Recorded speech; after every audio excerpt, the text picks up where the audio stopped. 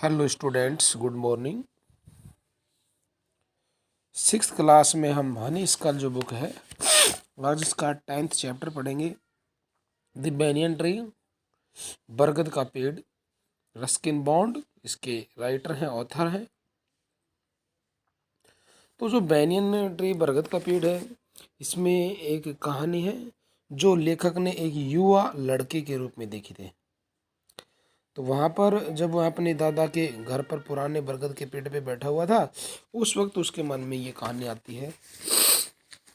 तो इस कहानी में हम पढ़ेंगे कि क्या उनके मन में जो विचार आते हैं उसके बारे में। तो जो रस्किन बॉन्ड है, इसके ऑथर, इनका जन्म मई 1934 में हुआ था। ये एक Indian author of British descent थे। He lives with his adopt family in London.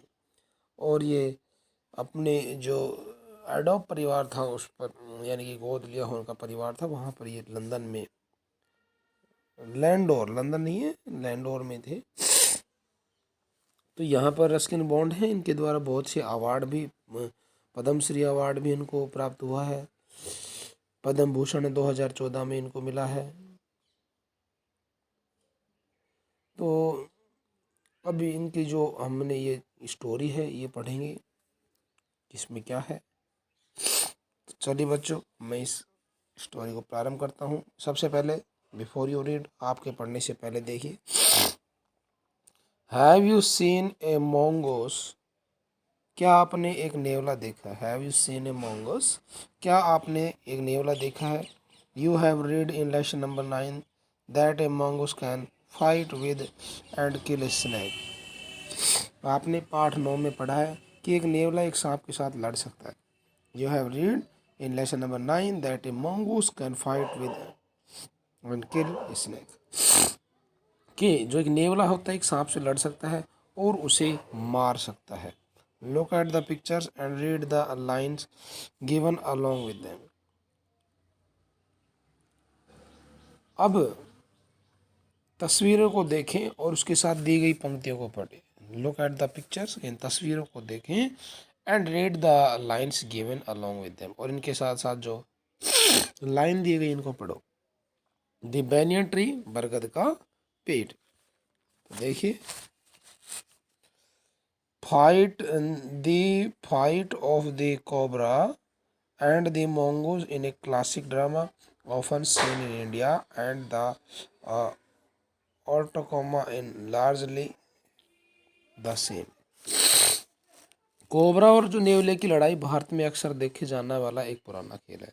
The fight of the cobra and the mongoose is a classic drama often seen in India and the ऑक्टोमा in largely the same. Cobra और नेवले की लड़ाई भारत में अक्सर देखे जाने वाला एक पुराना खेल है। The mongoose is not immune to the venomous bite, और इसका परिणाम काफ़ी हद तक एक जैसा होता है। कैसे? कि नेवला जहरीले दंश से प्रतिरक्षक नहीं है, यानी उस पर असर नहीं होता है। The mongoose is not immune to the venomous bite, यानी कि जो नेवला होता है वो जहरीले दांतों से उस पर कोई प्रभाव नहीं होता है, असर नहीं होता है। But is faster and quicker in motion than the snake, परंतु लेकिन सांप की तुलना में गति और तेज और तर्रार है। गति तेज में और वो तर्रार होता है, वो एक्टिव होता है इस मामले में। The cobra assume a poster of defence and attempts to reach the animate by a sweeping strike, but the quick mongoose jumps out of reach. आगे देखिए, कोबरा बचाव की मुद्रा धारण करता है। The cobra assumes a post of defence, defence होता है बचाव। कोबरा बचाव की मुद्रा धारण करता है और एक व्यापक प्रहार के द्वारा जानवर तक पहुंचने का प्रयास करता है। Attempt to reach the animal, जानवर तक पहुंचने का प्रयास करता है।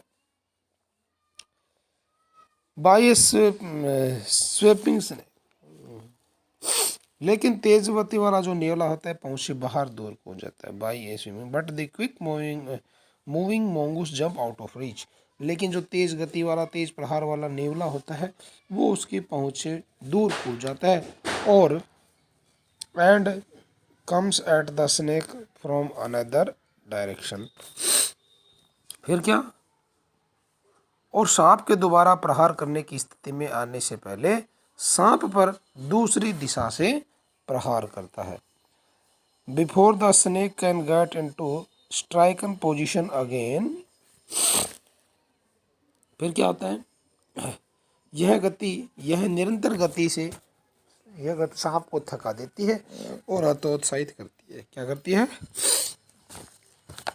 यह निरंतर गति सांप को थका देती है और हतोत्साहित करती है और आमतौर पर अंत में नेवला छलांग लगाने में और अपने दांतों को प्राय सांप की रीढ़ की हड्डी को लगा। देखिए, this contact movement tries and discourage the snake. यह जो निरंतर गति होती है वो सांप को थका देती है, हतोत्साहित कर देती है।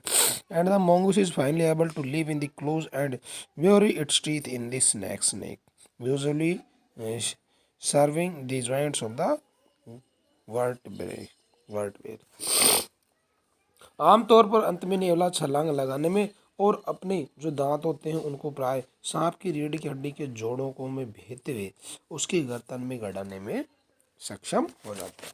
यानी कि काफ़ी देर की जो मूवमेंट्स होती हैं, उछल कूद करता है नेवला, उसकी वजह से वे जो गतिविधियां होती हैं सांप उनसे थक जाता है और नेवला मौका पा करके उसके शरीर में जो अपने मजबूत दांत होते हैं वो उसकी रीढ़ की हड्डी में और गर्दन में डाल देता है। आगे देखिए। अब देखिए, you must have seen A banyan tree. देखिए, आपने एक बरगद का पेड़ देखा होगा। क्या देखा? You must have seen A banyan tree. आपने एक बरगद का पेड़। This is a story about what the author सा एज ए यंग बॉय। और यहाँ पर जो ये कहानी है, क्या है? ये कहानी लेखक ने एक युवा लड़के के रूप में देखी थी। यानी लेखक जब युवा था तब उसने ये इस सिचुएशन देखी थी कि when he was sitting in a old banyan tree and his grandfather house.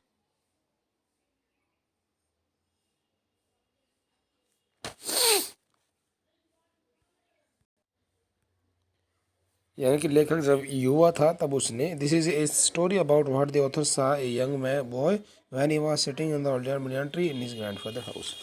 यानी कि जब अपने दादा के घर पर पुराने बरगद के पेड़ में बैठा था तब उसने ये कहानी देखी थी जो अभी हमने आपको बताई। Though the house and grounds belonged to my grandparents, the magnificent old banyan tree was mine, chiefly because grandfather at 65 could not longer climb it. Though the house and the grounds belonged to my grandparents, हालांकि घर और मैदान के मालिक मेरे दादा दादी थे। कौन थे? Though the house and the grounds belonged to my grandparents, हालांकि घर और मैदान के मालिक मेरे दादा दादी थे। The magnificent old banyan tree was mine. और जो शानदार पुराना बरगद का पेड़ मेरा था because grandfather at 65 could not longer climb it. क्यों? मुख्य रूप से क्योंकि दादाजी 65 की उम्र में अब हर इस पर चढ़ नहीं सकते। यानी कि जो दादाजी थे उनकी उम्र काफ़ी ज़्यादा हो गई थी, वे इस पेड़ पर चढ़ नहीं सकते थे। इसलिए जो banyan का ट्री था, बरगद का पेड़ था, वो केवल मेरा ही था, मैं ही उस पर रह सकता था। तो बच्चों, आज के लिए हम इतना ही पढ़ेंगे। कल नेक्स्ट वीडियो में हम आगे पढ़ेंगे कि जो वो स्टोरी है उसमें क्या मैजिक है। तो बच्चों, हम आज के लिए नहीं पढ़ेंगे। आज के लिए थैंक्स टू ऑल।